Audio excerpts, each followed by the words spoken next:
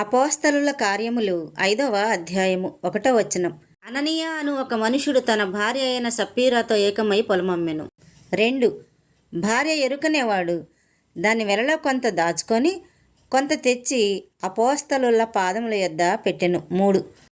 అప్పుడు పేతురు, అననీయ, నీ భూమి వెలలో కొంత దాచుకొని పరిశుద్ధాత్మను మోసపుచ్చుటకు సాతాను ఎందుకు నీ హృదయమును ప్రేరేపించెను? 4. అది నీ యొద్దనున్నప్పుడు నీదే గదా, అమ్మిన పిమ్మట అది నీ వశమై ఉండలేదా? ఎందుకు ఈ సంగతి నీ హృదయంలో ఉద్దేశించుకొన్నావు? నీవు మనుషులతో కాదు, దేవునితోనే అబద్ధమాడుతివని వానితో చెప్పెను. 5. అననీయ ఈ మాటలు వినుచూనే పడి ప్రాణము విడువగా వినడం వారందరికీ మిగులు భయము కలిగెను. 6. అప్పుడు పడుచువారు లేచి వానిని బట్టతో చుట్టి మోసుకొని పోయి పాతిపెట్టిరి. 7. ఇంచుమించు 3 గంటల సేపటికి వాని భార్య జరిగినది ఎరుగక లోపలికి వచ్చెను. 8. అప్పుడు పేతురు, మీరు ఆ భూమిని ఇంతకే అమ్మితిరా? నాతో చెప్పుమని ఆమెను అడిగాను. అందుకు ఆమె, అవును, ఇంతకే అని చెప్పెను. 9. అందుకు పేతురు, ప్రభు యొక్క ఆత్మను శోధించుటకు మీరెందుకు ఏకీభవించితిరి? ఇదిగో, నీ పెనిమిటిని పాతిపెట్టిన వారి పాదములు వాకిటనే యున్నవి, వారు నిన్నును మోసుకొని పోవుదురని ఆమెతో చెప్పెను. 10. వెంటనే ఆమె అతని పాదముల యొద్ద పడి ప్రాణము విడిచెను. ఆ పడుచువారు లోపలికి వచ్చి ఆమె చనిపోయినది చూసి ఆమెను మోసుకొని పోయి ఆమె పెనిమిటి యొద్ద పాతిపెట్టిరి. 11. సంఘమంతటికి ఈ సంగతులు వినిన వారికందరికీ మిగుల భయము కలిగెను. 12. ప్రజల మధ్య అనేకమైన సూచక క్రియలును మహత్కార్యములను అపోస్తలుల చేత చేయబడుచుండెను. మరియు వారందరూ ఏక మనస్కులై సలోమోను మంటపములో ఉండిరి. 13. కడమవారిలో ఎవడునూ వారితో కలుసుకొనుటకు తెగింపలేదు గాని 14. ప్రజలు వారిని ఘనపరుచుచుండిరి. పురుషులను స్త్రీలను అనేకులు మరి ఎక్కువగా విశ్వాసులై ప్రభు పక్షమున చేర్చబడిరి. 15. అందుచేత పేతురు వచ్చుచుండగా జనులు రోగులను వీధులలోనికి తెచ్చి వారిలో ఎవని మీదనైనను అతని నీడ అయినను పడవలెనని మంచముల మీదను పరుపుల మీదను వారిని ఉంచిరి. 16. మరియు యెరూషలేము చుట్టూ నుండి పట్టణముల జనులు రోగులను అపవిత్రాత్మ చేత పీడింపబడిన వారిని మోసుకొని కూడి వచ్చిరి. వారందరూ స్వస్థత పొందిరి. 17. ప్రధాన యాజకుడును అతనితో కూడా ఉన్నవారందరూ అనగా సద్దూకయ్యుల తెగవారు లేచి మత్సరముతో నిండుకొని 18 అపోస్తలులను బలాత్కారముగా పట్టుకొని పట్టణపు చెరసాలలో ఉంచిరి. 19. అయితే ప్రభుదూత రాత్రివేళ ఆ చెరసాల తలుపులు తీసి వారిని వెలుపలికి తీసుకొని వచ్చి, మీరు వెళ్ళి దేవాలయములో నిలవబడి 20 ఈ జీవమును గూర్చిన మాటలన్నీ ప్రజలతో చెప్పుడని వారితో అనెను.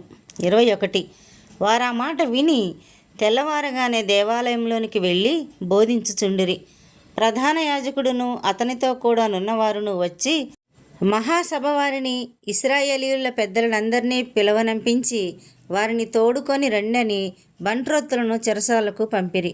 22 బంట్రోత్తులు అక్కడికి వెళ్ళినప్పుడు వారు చెరసాలలో కనబడనందున తిరిగి వచ్చి 23 చెరసాల బహు భద్రముగా మూసియుండుటయు కావలివారు తలుపుల ముందర నిలిచియుండుటయు చూచితిమి. కానీ తలుపులు తీసినప్పుడు లోపల మాకొకడైనను కనబడలేదని వారికి తెలిపిరి.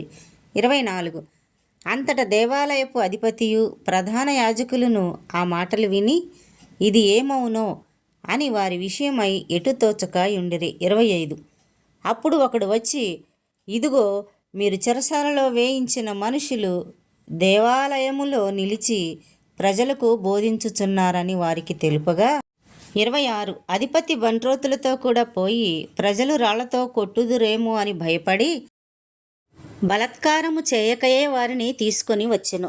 27 వారిని తీసుకొని వచ్చి సభలో నిలవబెట్టగా 28 ప్రధాన యాజకుడు వారిని చూసి, మీరు ఈ నామమును బట్టి బోధింపకూడదని మేము మీకు ఖండితముగా ఆజ్ఞాపింపలేదా? ఇదిగో, మీరు యెరూషలేమును మీ బోధతో నింపి ఈ మనిషిని హత్య మా మీదికి తేవలనని ఉద్దేశించుచున్నారని చెప్పెను. 29. అందుకు పేతురును అపోస్తలులను, మనుషులకు కాదు దేవునికే మేము లోబడవలను కదా. 30. మీరు మ్రానున వ్రేలాడవేసి సంహరించిన యేసును మన పితరుల దేవుడు లేపెను. 31. ఇశ్రాయేలునకు మారు మనస్సును పాప క్షమాపణను దయచేయుటకై దేవుడాయనను అధిపతిగాను రక్షకునిగాను తన దక్షిణ హస్త బలము చేత హెచ్చించి ఉన్నాడు. 32.